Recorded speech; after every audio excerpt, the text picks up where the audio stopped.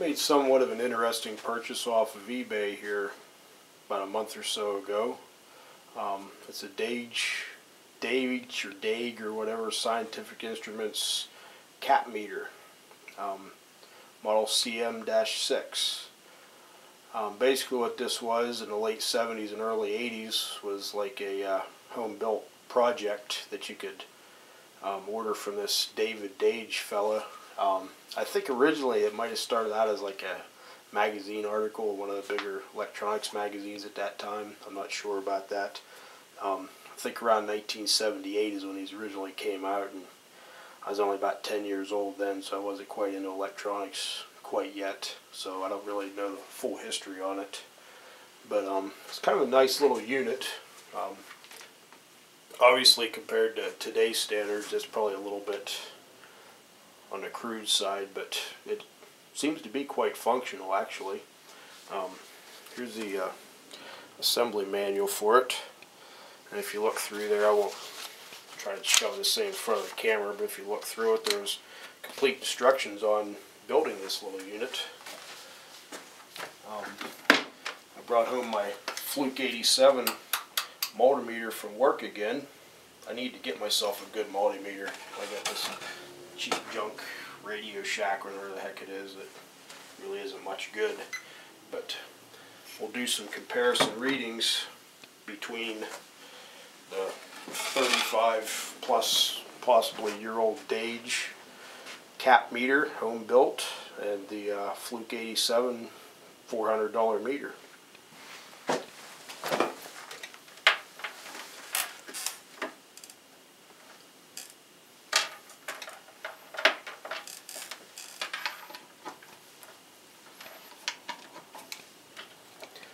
Okay, first up we have a 50 microfarad electrolytic. I'm not going to spend a huge amount of time on this. Just about all these are going to be lumen electrolytics, reasonably close to the same value. Just doing this more for demonstration purposes. But you see how it counts up and then it discharges and then recounts. It's actually doing that time constant time and time again.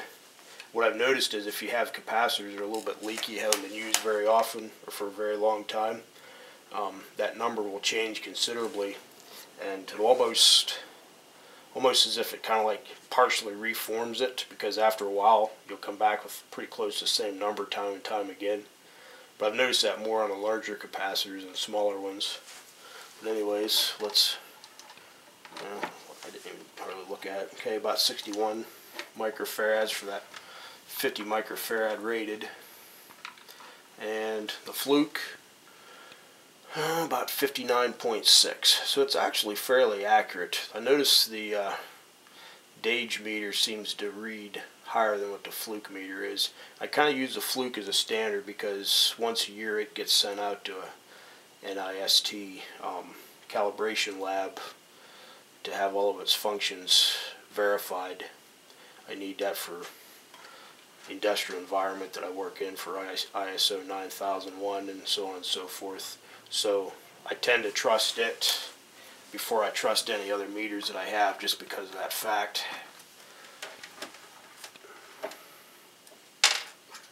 Okay, hook another one up here. This one here should be an 8 microfarad. One thing I'd really notice, I've got a lot of these older capacitors I bought as surplus or just plain I've had sitting around for like 25 years. And most of them are usually pretty far off from what the rated numbers are. Okay, so that one's about 9.6 microfarad on the cap meter.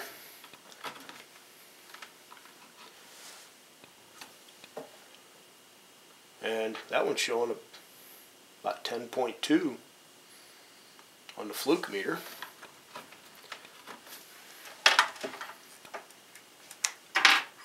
We've got 3 of the same series and pretty much the same capacitor, 8 microfarad. We'll just run each one of these in a row, one right after the other.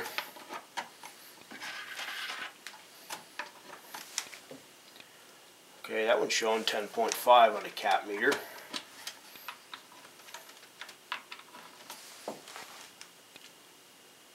You know, pretty close. About 10.6 on the fluke.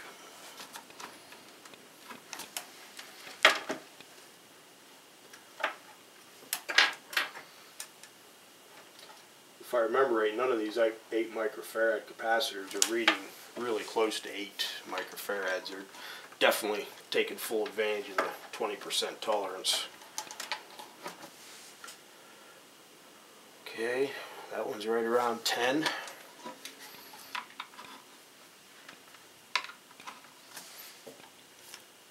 And pretty close to 10. So this cap meter is surprisingly accurate, although at some ranges I do notice that it does vary from the fluke. Let's see what else we've got here. Here's a 25 microfarad.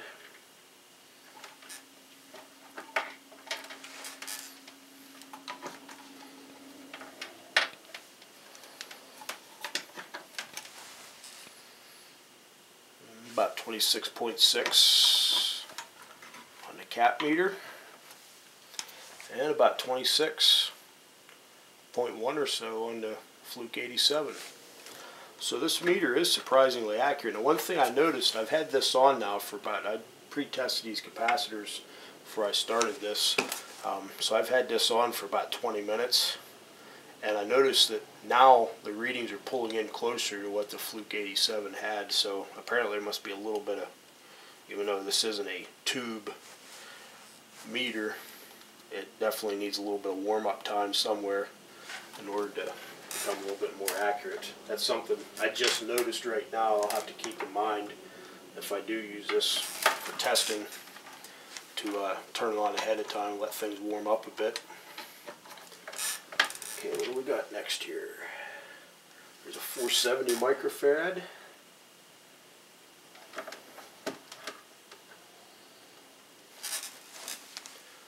Okay, about 491. Notice as the larger that it gets, the longer it takes to ramp itself up, because it's actually measuring the time constant of this capacitor and using that to deduct what the capacitance is. So, and then it discharges it and then retests it time and time again. You can see now after it's gone through a cycle several times, it comes right on to 493 every time. So let's see what the Fluke 87 says.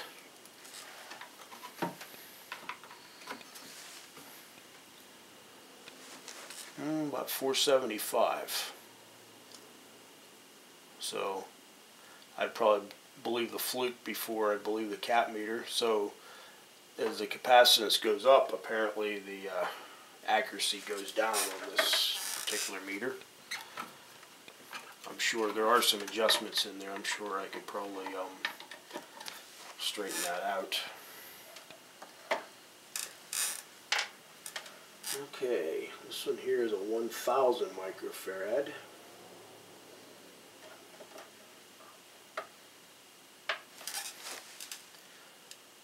Notice it takes even longer for it to ramp up, and then also longer for it to discharge. So that's actually a brand new capacitor that isn't really that old. So pretty much first time through, it ramped right up to the 992, 993 range. And it's a 20% capacitor as well, so it's not like it's a high accuracy unit.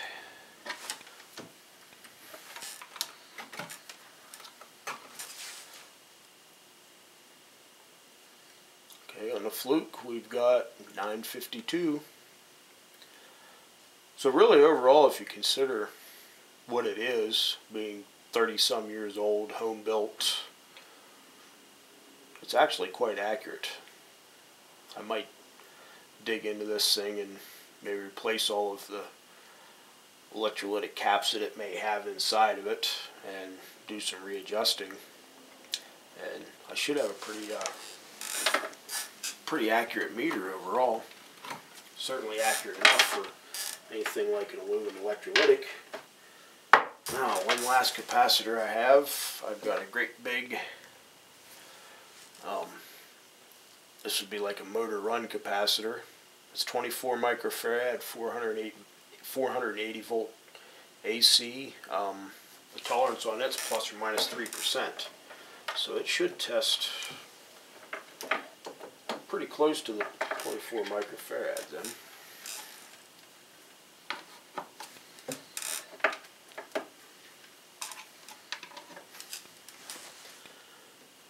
Well, with this meter, about 25.2, 25.3.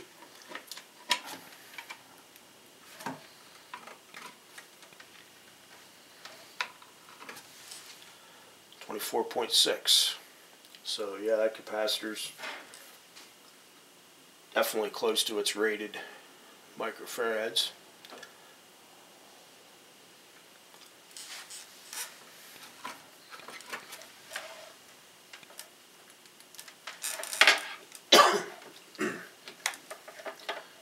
Okay, I've got one more capacitor to show here, if I can find it. Right here. Now this one's going to be kind of interesting. Okay, it's a 4100 microfarad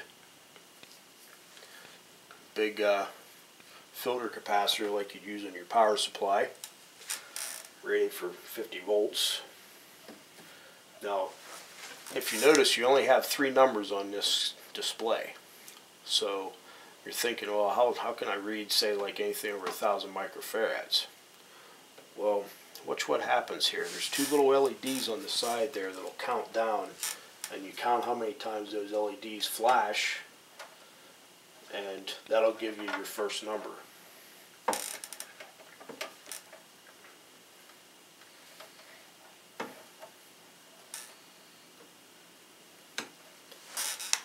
It takes a while on this.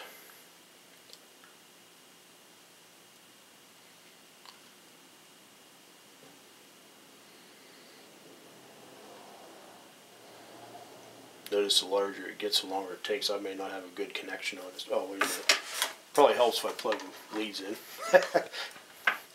Probably won't read any capacitance otherwise.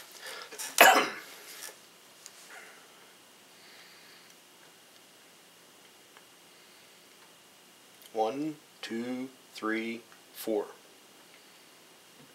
Okay, so that's 4,953. Now it'll discharge. Let's do that again. You can see those little LEDs. 1, 2, 3, 4. Yep.